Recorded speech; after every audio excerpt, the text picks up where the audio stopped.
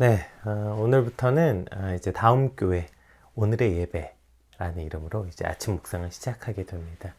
우리 기존에 이제 피우다에서 함께 하셨던 분들도 계시고 또 새롭게 이제 아침 묵상에 오신 분들이 계실 텐데요.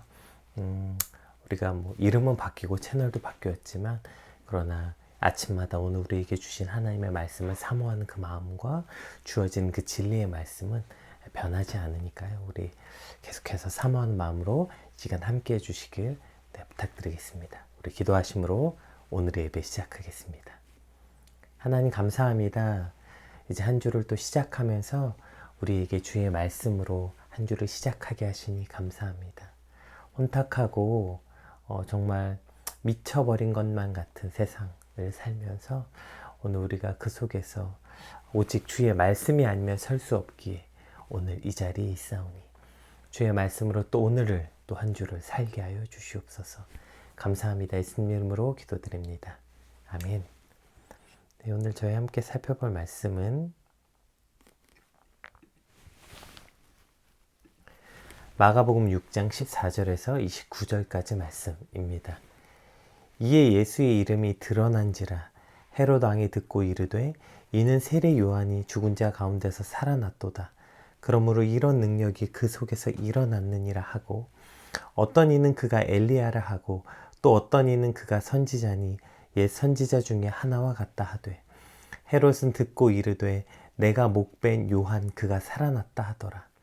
전에 헤롯이 자기가 동생 빌립의 아내 헤로디아에게 장가든 고로 이 여자를 위하여 사람을 보내어 요한을 잡아 옥에 가두었으니 이는 요한이 헤롯에게 말하되 동생의 아내를 취한 것이 옳지 않다 하였음이라. 헤로디아가 요한을 원수로 여겨 죽이고자 하였으되 하지 못한 것은 헤롯이 요한을 의롭고 거룩한 사람으로 알고 두려워하여 보호하며 또 그의 말을 들을 때에 크게 번민을 하면서도 달갑게 들음이러라. 마침 기회가 좋은 날이 왔으니 곧 헤롯이 자기 생일에 대신들과 천부장들과 갈라디아의 귀인들로 더불어 잔치할세. 헤로디아의 딸이 친히 들어와 춤을 추어 헤롯과 그와 함께 앉은 자들을 기쁘게 한지라. 왕이 그 소녀에게 이르되 무엇이든지 내가 원하는 것을 내게 구하라 내가 주리라 하고 또 맹세하기를 무엇이든지 내가 내게 구하면 내 나라의 절반까지라도 주리라 하거늘. 그가 나가서 그의 어머니에게 말하되 내가 무엇을 구하리이까? 그 어머니가 이르되 세례 요한의 머리를 구하라 하니 그가 곧 왕에게 급히 들어가 구하여 이르되 세례 요한의 머리를 소반에 얹어 곧 내게 주기를 원하옵나이다 하니 왕이 심히 근심하나 자기가 맹세한 것과 그 앉은 자들로 인하여 그를 거절할 수 없는지라. 왕이 곧 시병 하나를 보내어 요한의 머리를 가져오라 명하니 그 사람이 나가 옥에서 요한의 목을 베어 그 머리를 소반에 얹어다가 소녀에게 주니 소녀가 이것을 그 어머니에게 주니라. 요한의 제자들이 듣고 와서 시체를 가져다가 장사하니라. 아멘. 그 요즘에 그 어떤 성우 음성으로 그 무슨 게임 캐릭터인가요? 뭐 이런 혹시 음성 들어보셨습니다? 뭐 캐릭터들이 미쳐 날뛰고 있습니다. 뭐 이런 효과음들 종종 들어본 적이 있죠. 오늘 본문을 딱 보는데 그 음성이 귀에 생생하더라고요. 정말 미쳐 날뛰고 있구나. 오늘 본문에 등장한 이 사람들이 정말 다들 정말 미쳐 날뛰고 있구나 이런 생각을 해봤어요. 보세요. 헤롯이 등장하죠. 자신의 조강지쳐 버리고 동생의 아내를 빼앗아 결혼한 저 정신 나간 헤롯이나 그거 지적했다고 요한 죽이려고 별짓 다 하다가 결국 자기 딸까지 이용해서 결국은 요한을 죽이는 저 헤로디아나, 엄마가 시킨다고 해서 사람의 목을 쟁반에 담아달라고 말하는 살로메나. 여러분 지금 여기 정상이 어디 있습니까? 그냥 하나같이 전부 다 미쳐 날뛰고 있는 사람들인 것 같아요. 그런데 그렇게 생각해 보면 오늘 우리가 살고 있는 이 세상 역시 이러한 세상이 아닌가? 그냥 마음에 들면 어떻게든 빼앗고 쟁취하는 세상. 마음에 안 들면 그게 뭐 나한테 무슨 죽을 죄까지 줬다고 그냥 그 사람을 그냥 정말 완전 짓밟아서 뭉개버리는. 도대체 인간이 인간에게 어떻게 저런 짓을 할 수 있지? 싶은 그러한 잔인하고 잔혹한 짓을 서슴없이 행하는, 오늘 우리가 살고 있는 이 세상 역시 지금 오늘 본문에 나오는 저 미쳐버린 세상과 다르지 않지 않나? 이런 생각을 해봅니다. 그것이 오늘 우리가 살고 있는 세상의 모습과 다르지 않다면 오늘 이 정말 미쳐버린 것 같은 세상, 미쳐 돌아가는 세상 속에서 우리는 어떻게 살아야 하는가? 어떤 말씀을 붙잡고 살아야 하는가? 오늘 주어진 말씀을 통해서 깨닫게 되길 주님으로 축복합니다. 이제 오늘 본문은 그 시작이 뭐냐면 예수님이 누구신가에 대해서 사람들이 이제 의견이 분분했던 거예요. 이제 그렇게 예수님 누구지? 막 이렇게 의견이 분분할 때 이제 헤롯이 그 예수님은 세례 요한이 다시 살아났다 이렇게 말한 거죠. 오늘 갑자기 요 말이 시작되면서 예수님이 누구신가에 대한 이야기를 하다 갑자기 뭔가 떠오른 것처럼 마치 말풍선처럼 어떤 삽입 구절로서 오늘 본문이 등장하는 거예요. 그 처음 시작하는 그 헤롯이 등장하죠. 헤롯이 누구냐면 성경에는 헤롯이 여러 명 등장합니다. 근데 이게 다 헤롯이라고 기록되어서 헷갈리죠. 일단 제일 먼저 헤롯 대왕, 헤롯의 처음 시작, 예수님 태어났을 때 그 아이들 다 죽이라고 명했던 그 헤롯이 등장하죠. 그게 이제 헤롯 대왕이고요. 오늘 본문에 등장한 이 헤롯은 그 헤롯의 둘째 아들이었던 헤롯 안티파스예요. 헤롯 대왕이 죽고 이제 그 세 명의 아들에게 유다 왕국을 분할 통치하게 하거든요. 오늘 이제 본문에 나온 이 헤롯 안티파스가 다스리던 지역이 바로 갈릴리와 베레아, 예수님이 사역하셨던 지역이죠. 그 나중에 또 이제 예수님 그 재판장 할 때, 예수님이 이제 십자가에 달릴 때 그 재판장에 왔던 헤롯 대왕도 헤롯 안티파스입니다. 어쨌든 이 헤롯 안티파스예요. 오늘 본문에 등장하는 이 헤롯은 이 안티파스에 대한 여러 기록들이 있지만 일단 오늘 본문만 보더라도 이가 어떤 사람인지 오늘 본문에 그대로 나오죠. 일단 매우 허영심이 많고 즉흥적이고 자기 욕구를 숨기지 않아도 될 만큼 아주 오만한 통치자. 그러니까 오늘 본문에 등장하는 이 헤롯 안티파스의 모습이죠. 이 헤롯 안티파스는 아라비아 왕 그 아레다의 4세, 아레다 4세의 딸을 왕비로 얻었어요. 근데 어느 날 이미 결혼을 했어요. 이 헤롯은 게다가 그냥 여자도 아니고 아라비아 왕의 그 딸을, 그러니까 공주를, 남의 나라 공주를 왕비로 얻었다고요. 그런데 어느 날 자신의 동생인 그 빌립, 그러니까 헤롯 빌립의 아내를 보더니 원래 자신의 아내였던 그 아라비아 왕의 딸을 버리고 지금 자신의 동생의 아내를 빼앗아서 결혼을 한 거예요. 당시에 여성 인권이 아무리 땅에 떨어져 있고 또 남편이 아내를 버리는 일이 비일비재했다 치더라도 또 왕가에서 이러한 근친상간이 당연시 되는 시대였다 하더라도 오늘 이 사건은 매우 센세이션하고 충격적인 사건이죠. 온 나라가 수근수근 됐던 거예요. 근데 그렇게 수근수근 되면서도 아무도 말을 하지 못할 때 세례 요한이 이제 이 부분을 지적했던 거죠. 그것은 옳지 않다. 이렇게 지적한 거예요. 어쨌든 오늘 본문만 보더라도 헤롯은 어떤 사람이에요? 자신의 욕망이 들면 해결을 해야 되는 거. 아니 어떤 정신 나간 사람이 동생의 아내를 빼앗습니까? 심지어 게다가 지금 자신의 이미 아내가 공주인데 이것 때문에 나중에 이제 전쟁이 일어나는데 그 뒤에 사건이 뻔하지 않아요? 그렇게 해서 자기가 그냥 사랑의 문제가 아니라 왕가의 결혼이라는 건 나라와 나라의 문제 아닙니까? 근데 뭐 다 필요 없어. 그거 다 모르고 그냥 자기의 욕망이 저 여자한테 꽂히니까 그냥 뭐 동생의 여자건 뭐건 앞뒤 없이 그냥 저지르는 거예요. 즐겁게 그냥 사는 거죠. 욕심과 탐욕이 들면 그냥 저지르는 거예요. 또 게다가 허영이 가득하죠. 오늘 보면 22절 23절 한번 볼게요. 헤로디아의 딸이 친히 들어와 춤을 추어 헤롯과 그와 함께 앉은 자들을 기쁘게 한지라. 왕이 그 소녀에게 이르되 무엇이든지 네가 원하는 것을 내게 구하라. 내게 주리라 하고 또 맹세하기를 무엇이든지 내가 내게 구하면 내 나라의 절반까지라도 주리라 하거든요. 여러분 이건 무슨 아버지가 딸의 재롱장티 보고 지금 기뻐서 흐뭇한 거 아니에요. 자기 딸 아니에요. 이거 헤로디아의 딸이지. 그러니까 거기서 지금 이상하고 요상한 춤 추면서 그거 보고 지금 마음이 흐뭇한 거죠.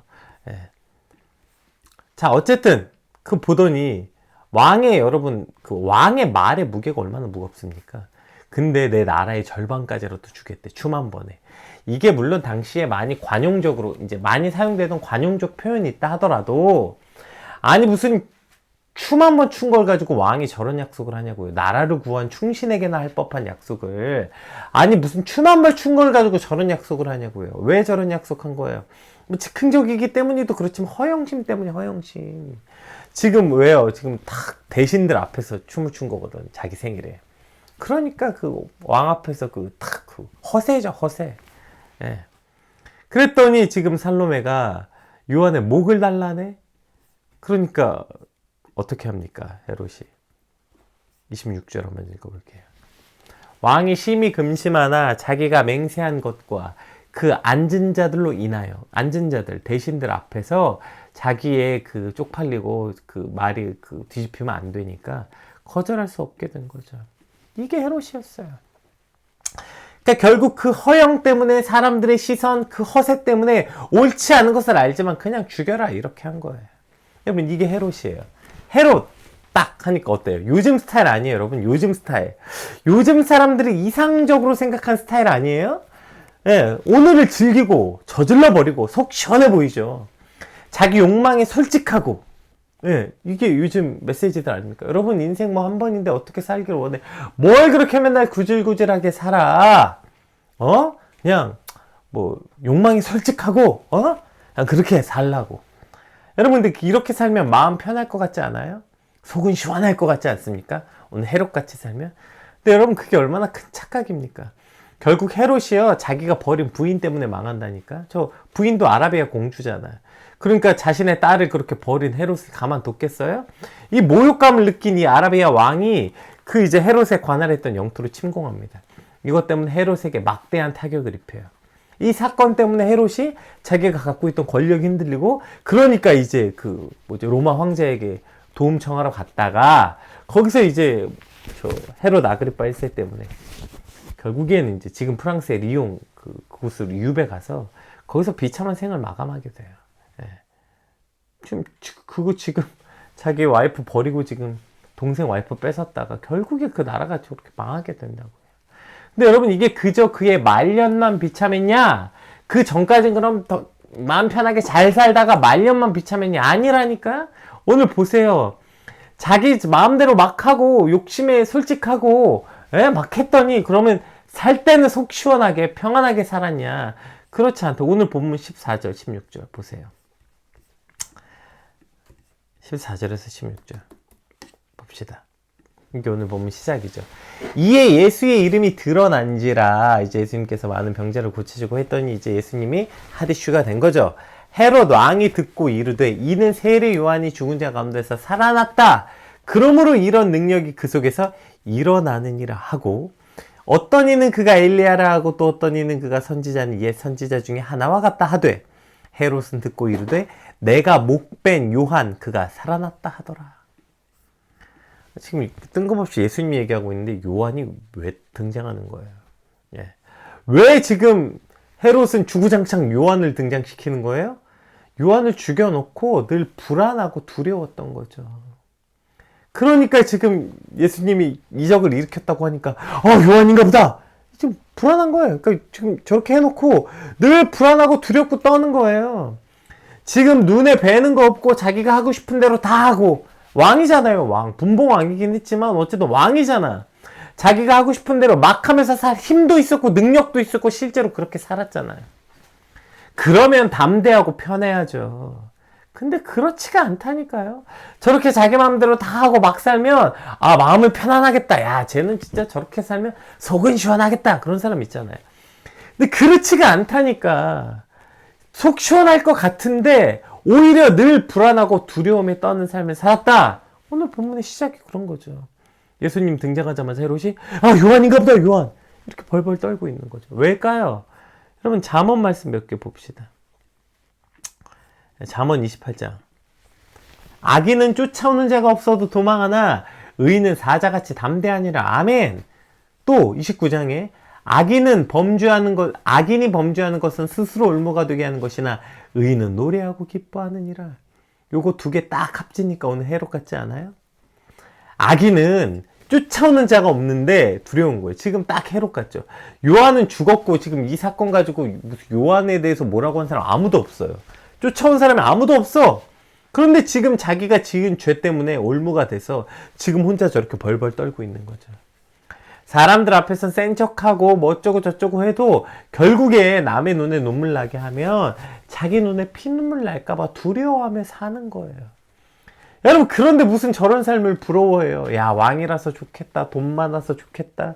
야, 권력 있어서 좋겠다. 야, 쟤는 저런 부모 있어서 좋겠다. 쟤는 지 하고 싶은 거 다 하면서 살면서 좋겠다. 쟤는 갖고 싶은 거 다 가지면서 살아서 좋겠다. 쟤는 지 하고 싶은 말 다 하면서 살아서 좋겠다. 그럼 편할 거라고요? 그럼 속은 시원할 거라고요? 아니라니까요, 여러분. 그 결과가 돌아와서 나중에 어떻게 되는 것뿐 아니라 그러고 있으면서도 그러니까 지 마음대로 살면서도 계속 어떻게 하고 있어요? 불안하고 두려워하며 사는 것이 바로 욕망에 이끌려 사는 삶이라고요. 계속 놀고 있지만 놀면서도 불안한 거죠. 이사야, 여러분 성경 말씀, 그래서 이런 말씀, 우리 이사야 57장 말씀 한번 볼게요. 이사야 57장 19절부터 한번 보겠습니다. 입술의 열매를 창조하는 자 여호와가 말하노라. 먼데 있는 자에게든지 가까운 데 있는 자에게든지 평강이 있을지어다. 평강이 있을지어다. 내가 그를 고치리라 하셨느니라. 그러나 악인은 평온함을 얻지 못할 것이고 그 물이 진흙과 더러운 것을 늘 솟구쳐내는 요동하는 바다와 같으니라. 내 하나님의 말씀에 악인에는 평강이 없다 하셨느니라. 아멘. 여러분, 이게 성경의 선언이에요. 의인들의 평강이라는 건요, 여러분, 풍랑이 없어서가 아니에요. 그 풍랑을 잠잠케 하시는 예수 그리스도께서 바로 내 인생의 배에 타고 계시기 때문에 의인에겐 평강이 있는 거죠. 네. 그러면 어떠한 풍랑 가운데서도 거대한 해일이 몰아닥쳐도 평강이 있는 거예요. 샬롬이신 그 예수 그리스도, 평강이신 예수 그리스도께서 바로 내 인생의 배에 타고 계시기 때문입니다. 그러나 왕이고 뭐고 지 하고 싶은 거 다 하고 살아갈지라도 그 안에 들어가면 예수 그리스도께서 계시지 않기 때문에 어떻게 될 때, 오늘 이 표현 보세요. 그 물에 진흙과 더러운 것이 늘 솟구쳐내는 바다와 같은 거예요. 그 안에 늘 그렇게 요동하는 바다 같은 게 있는 거. 근데 그 안에 예수님이 없으니까 그 풍랑을 잔잔케 할 수가 없죠. 그러니 결국 악인에게는 평강이 없다. 여러분, 오늘 그것이 성경의 선언이라고요. 의인에게는 평강이 있을지어다. 내가 그를 고치기 때문이다. 악인에게는 평강이 없다. 이것이 성경의 선언이라는 것이죠. 여러분, 이 말씀을 믿고 이 말씀을 우리 가슴에 새기고 한 주를 살아내시길 주님의 이름으로 축복합니다. 오늘도 이 미쳐 돌아가는 세상은 우리에게 이렇게 말해요. 자신의 욕심과 욕망에 정직해라. 그거 나쁜 거 아니다.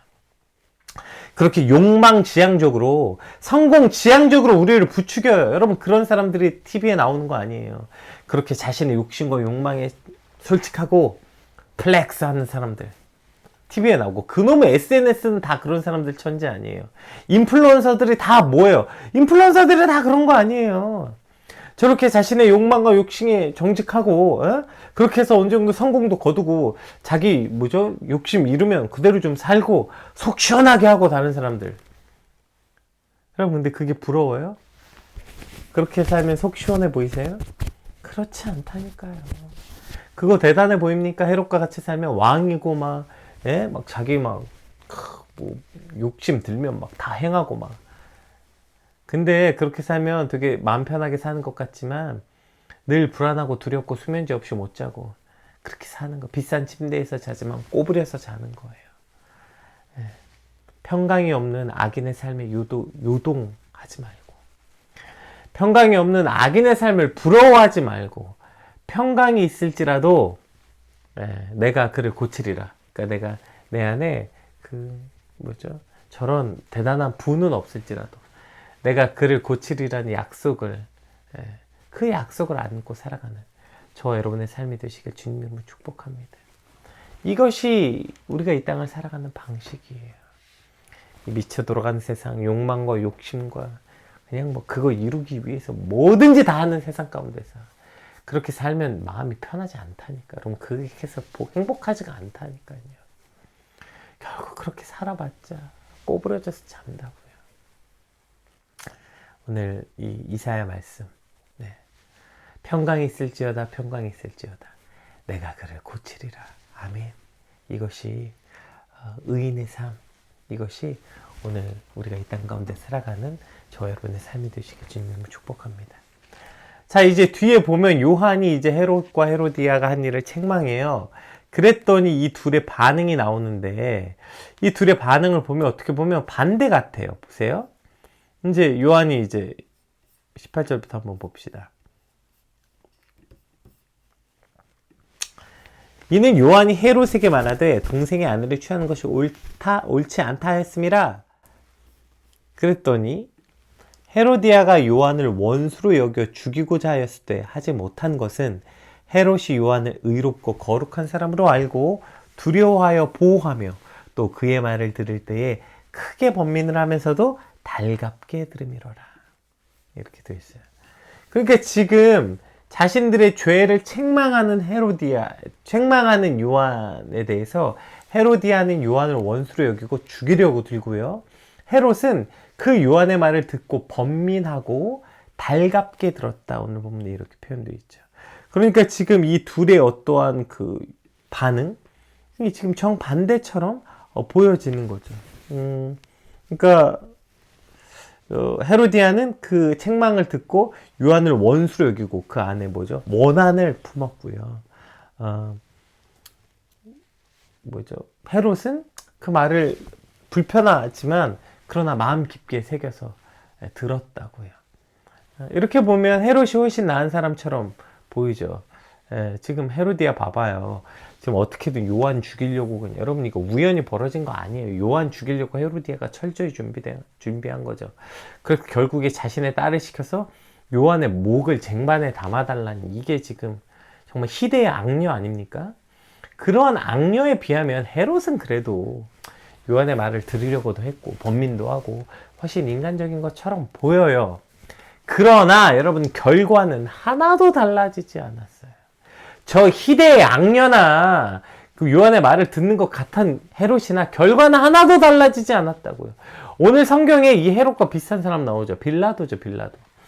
여러분, 빌라도는 예수님이 무죄인 걸 누구보다 제일 잘 알았던 사람이 빌라도 아닙니까? 아내가 꿈꾼 얘기도 듣고 예수님이 무죄인 걸 너무 잘 알았어. 예수님과 대화하면 할수록 이 사람은 죄가 없구나 너무 잘 알았다니까요.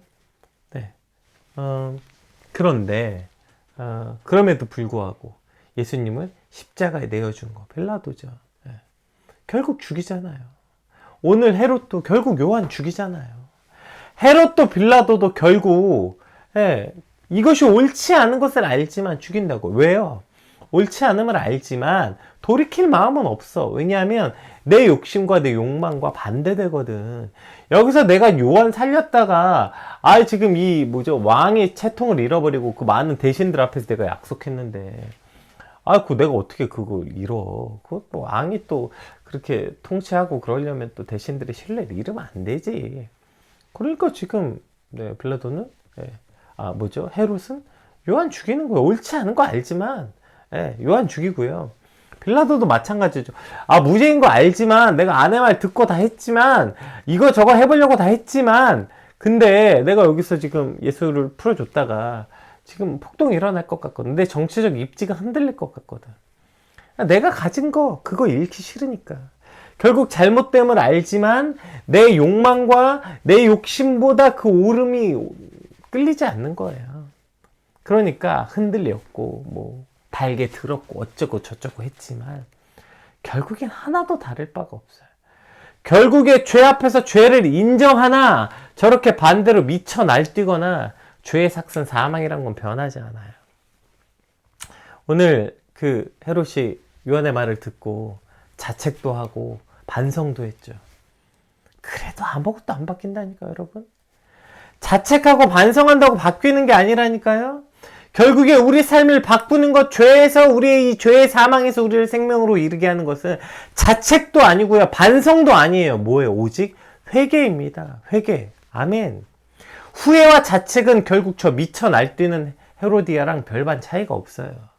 결국 불안함과 두려움 가운데 살다가 사망에 이르는 것뿐이라고요. 오늘 우리가 이 죄 앞에서 할 일은 오로지 딱 한 가지, 회개하는 것. 다윗의 고백처럼 나를 주님 앞에서 쫓아내지 마시고 주의 성령을 내게 거두지 마시옵시고 내게 그 구원의 기쁨, 주님을 만나서 그 죄의 사함을 얻었던 그 구원의 기쁨이 내 안에 날마다 회복되게 하여 주시옵소서. 그 기쁨이 내 인생의 가장 큰 것입니다. 그래서 돌이키는 거예요. 내 욕망, 내 욕심, 그것을 돌이킨 것 때문에 뭐 내가 이뤄야 될 것들 상관없고요. 주님, 내 안에 가장 큰 기쁨은 바로 구원의 기쁨이오니 그 주님 발 앞에 간절히 엎드려 주의 긍휼과 은혜를 구하는 것. 이것이 회개죠, 회개. 그것을 가장 기쁜 것으로 여기는 것. 그래서 돌이키는 게 회개 아닙니까? 그렇게 주님 앞에 엎드려 회개함으로 그 모든 욕심과 욕망을 버리는 것, 그 욕심과 욕망에서 돌이키는 것, 여러분 그것이 오늘 우리가 이 미쳐 날뛰는 세상 가운데서 행해야 되는 일임을 믿습니다. 오늘 이 본문에 정말 이 정신 나간 사람들이 나온 거 아닙니까? 오늘 마치 우리가 사는 세상도 혹은 어쩌면 나도 저 헤롯과 헤로디아와 다를 바 없이 미쳐 날뛰고 살고 있는지도 모르겠어요. 욕심과 욕망에 이끌려 살아가는 우리가 어떻게 살아야 하는가? 오늘 말씀을 통해서 주님, 오늘 우리에게 주신 말씀대로 우리가 살게 하여 주시옵소서. 악인의 삶은 결국에 뭐 대단해 보이고 뭐 속 시원할 것 같지만 결국 그들은 평강이 없다. 악인에는 평강이 없다 말씀하신 주님, 우리가 이 말씀을 믿사오니 악인의 삶이 아니라 의인의 삶, 풍랑 가운데 내 배에 예수 그리스도가 타고 계심을 믿고 그 예수님과 함께 사는 삶, 이 삶을 가장 귀한 것으로 여기는 우리의 삶이 되게 하여 주시옵소서.